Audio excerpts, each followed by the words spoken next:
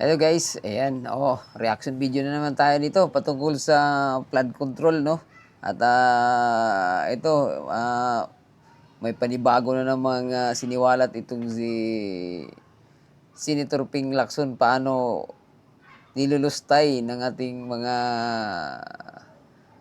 empleyado ng gobyerno, lalong-lalo na sa Kongres mga bayan. Di umano ang pundo ng flood control mga bayan. Ito, mayroong pattern na ginagawa si Senator Ping Lacson.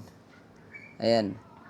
So, yan guys, panoorin natin to para malaman natin kung ano talaga ang nangyari, no? O legit ba itong source ni Senator Panfilo Lacson?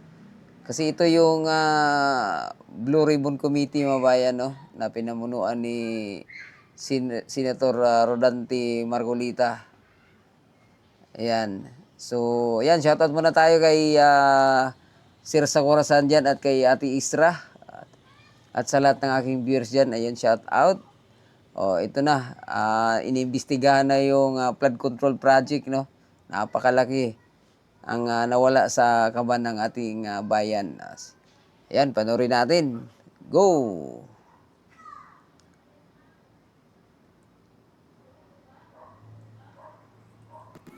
Nais kong bigyan diin na hindi ito representasyon ng lahat ng kalakaran sa flood control project sa buong Pilipinas. While the pillaging pattern is relatively the same, the pie sharing varies depending on the level of greed. Ihiwalay muna natin ang mga regular o legal na buwis at insurances na automatic na binabawas sa mga proyekto. 5% value-added tax, 2% withholding tax, 1% para sa bonds and insurances at 1% materials testing.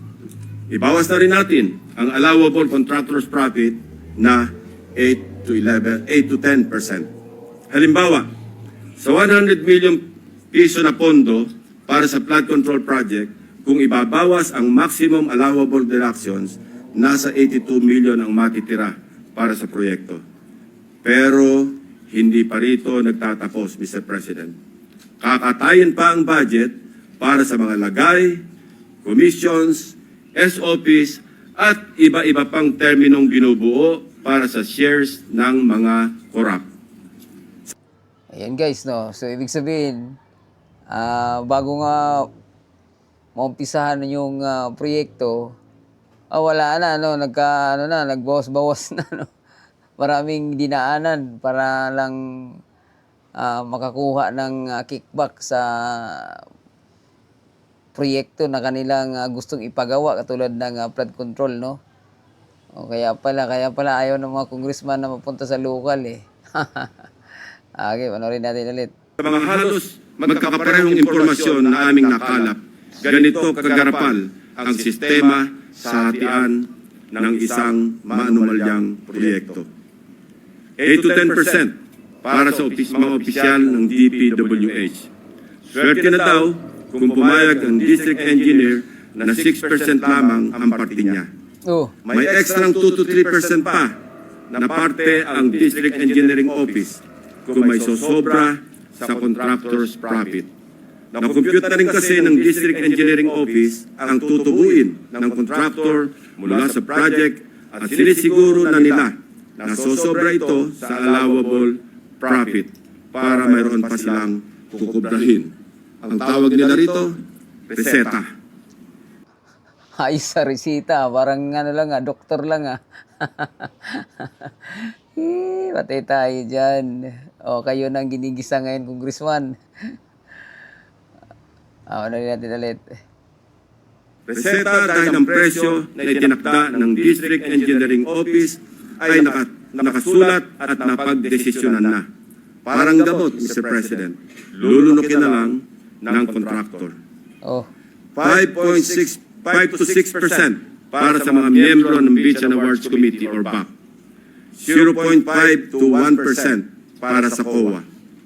Mr. President, meron pa ngayon tinatawag na passing through or parking fee na aabot sa katumbas na 5 to 6% ng pondo. Ito ang itinuturing na royalty, ang tawag sa lagay na ibinibigay sa politikong may kontrol sa distrito kung saan i-implementa o itatayo ang proyekto. Lo and behold, Mr. President, 20 to 25% ang karaniwang napupunta sa funder o Ang laki, no? 20 to 25% mga bayan. Grabe. Kaya pala gusto-gusto nila humawak ng mga project, project proponent na politiko. Mr. President, ang matitirang pondo para sa pagpapatayo ng proyekto ay napakaswerte ng umabot sa 40% o 40 million pesos alisunod sa ating halimbawang 100 million pisong pondo para sa proyekto. Mr. President, there is an evident pattern of this nasty distribution of public funds among crooks.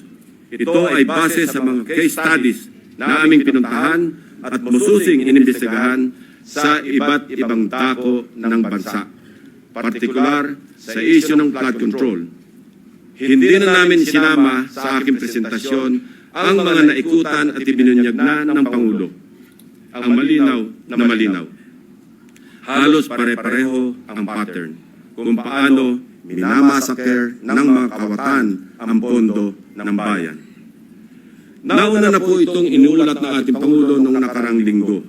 Nang banggitin niya ang mga items na pare-pareho ang contract cost sa kabila ng pagkakaiba-iba ng specs, disenyo at haba ng proyekto. Panoorin po natin.